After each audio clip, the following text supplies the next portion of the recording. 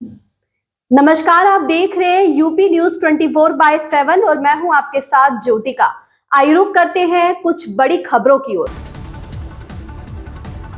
नई शिक्षा नीति को लेकर छिड़े विवाद के बीच सोनिया गांधी ने केंद्र सरकार पर हमला बोला। एक लेख में उन्होंने लिखा कि नई शिक्षा नीति का मुख्य एजेंडा सत्ता का केंद्रीकरण, व्यवसायीकरण, निवेश को निजी क्षेत्र को सौंपना तथा पाठ्य पुस्तकों का सांप्रदायिकरण करना है।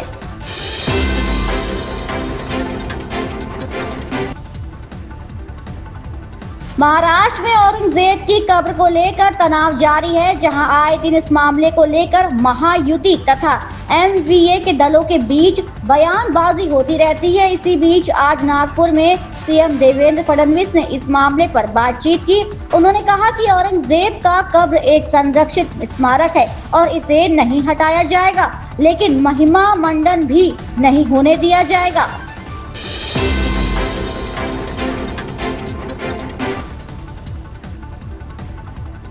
पीएम मोदी के नागपुर में आरएसएस मुख्यालय के दौरे को शिवसेना के नेता संजय राउत ने रिटायरमेंट प्लान बताया है। उन्होंने कहा कि पीएम मोदी सितंबर में रिटायरमेंट लेने की योजना बना रहे हैं। वे पिछले 10-11 साल में आरएसएस मुख्यालय नहीं गए, लेकिन अब वो यहां संघ प्रमुख मोहन भागवत को टाटा बाय बाय बोलने गए थे।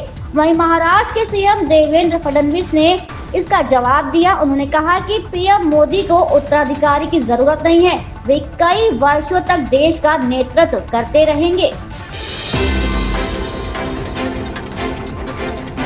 सपा अध्यक्ष अखिलेश यादव ने कहा, जब मैं आज यहां आ रहा था तो पुलिस ने जानबूझकर मुझे रोका। आधे घंटे तक बातचीत करने के बाद मुझे आगे जाने दिया गया।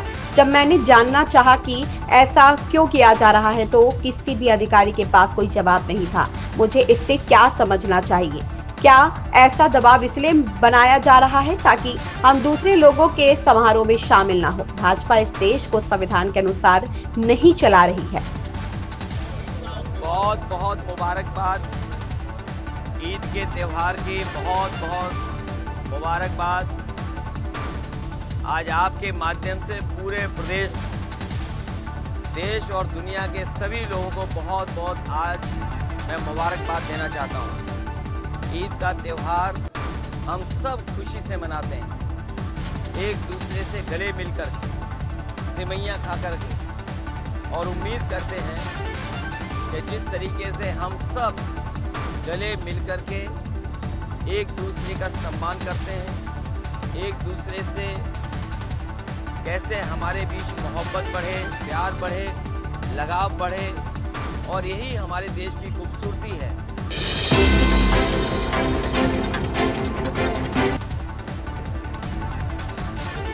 बीड में कल धार्मिक स्थल में हुए विस्फोट मामले में सियासी पारा चरम पर है।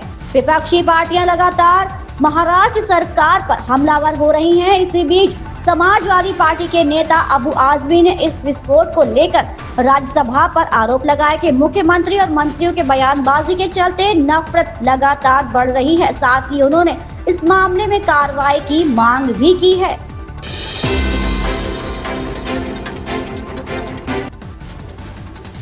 सरकार ने वक्फ संशोधन बिल को 19 फरवरी को कैबिनेट ने मंजूरी दी थी। इसे संसद के बजट सत्र के दूसरे चरण में पेश करने की तैयारी है। इस बीच केरल के एक संगठन ने इसका समर्थन करने की अपील की तो केंद्रीय मंत्री किरण रिजिजू ने खुशी जाहिर की।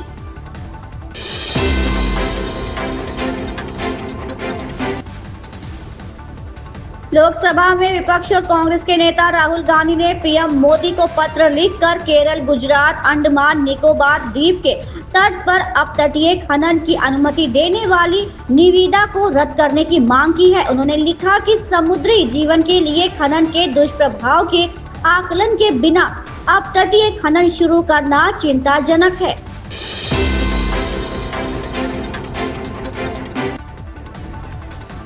हरियाणा के सीएम नायब सिंह सैनी का कहना है कि देश को मेडिकल हब बनाने के प्रधानमंत्री नरेंद्र मोदी के विजन को साकार करने के लिए पर्याप्त डॉक्टर और पैरा मेडिकल स्टाफ उपलब्ध होना जरूरी है। इसलिए हम हर जिले में एक मेडिकल कॉलेज स्थापित कर रहे हैं। फिलहाल प्रदेश में मेडिकल कॉलेजों की संख्या बढ़कर 15 हो गई है।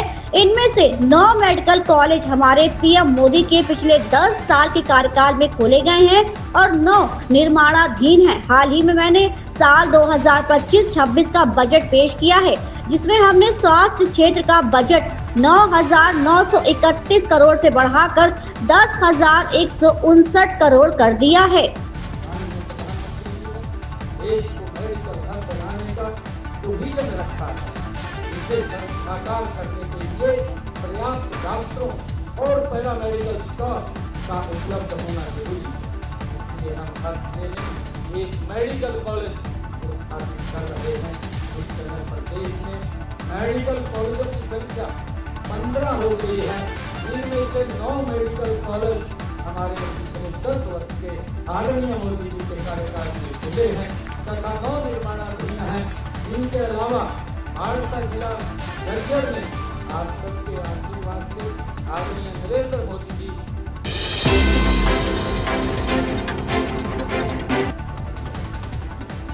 IFS अधिकारी निधि तिवारी को प्रधानमंत्री नरेंद्र मोदी का निजी सचिव नियुक्त किया गया है। 2014 बैच की भारतीय विदेश सेवा अधिकारी वर्तमान में प्रधानमंत्री कार्यालय में उप सचिव के रूप में कार्यरत हैं।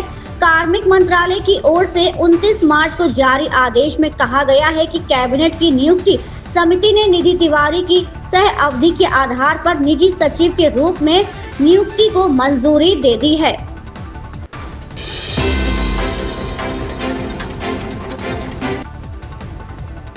उत्तर प्रदेश के बाद अब देश की राजधानी दिल्ली में भी दुकानों के बाहर नेम प्लेट लगाने पर सियासत तेज हो गई है। भाजपा विधायक तरविंदर सिंह मारवाह ने दिल्ली की मुख्यमंत्री रेखा गुप्ता को पत्र लिखा। पत्र में आग्रह किया है कि दुकानदार नवरात्रि और ईद के दौरान अपनी दुकानों के बाहर नेम प्लेट लगाएं।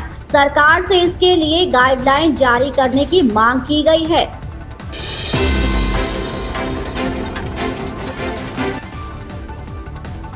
कुट्टू का आटा खाने के बाद कई लोग बीमार पड़ गए। राजधानी के कोरोनेशन और दून अस्पताल में बड़ी संख्या में मरीज भर्ती हैं।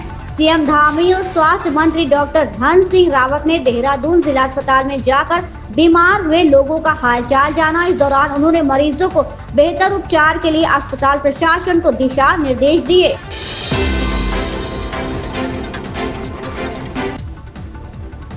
भारत जोड़ो यात्रा के दौरान सैनिकों पर विवादास्पद टिप्पणी करने के मामले में आरोपी कांग्रेस के पूर्व अध्यक्ष और सांसद राहुल गांधी की ओर से कोर्ट में उनके वकील ने वकालतनामा लगाया। MP MLA कोर्ट के विशेष ACJM आलोक वर्मा ने मामले की अगली सुनवाई के लिए 29 अप्रैल की तारीख तय की है।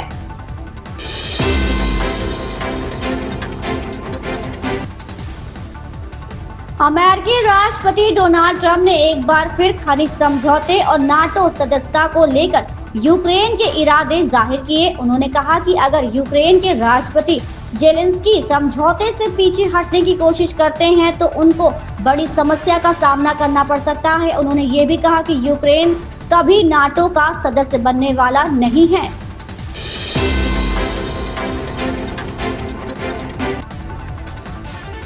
राजनीतिक महकमे में पिछली बार सरकार के सहयोगी दल और विधायकों के इधर उधर जाने की चर्चाएं जोरों पर थी।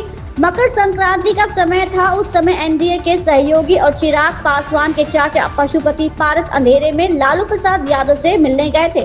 खेमा बदलने की चर्चा इसलिए होने लगी थी क्योंकि पशुपति पारस पिछले दरवाजे से राबड़ी आवास प्रवेश किए थे। ठीक उसी तरह की चर्चा आज फिर उस समय होने लगी है।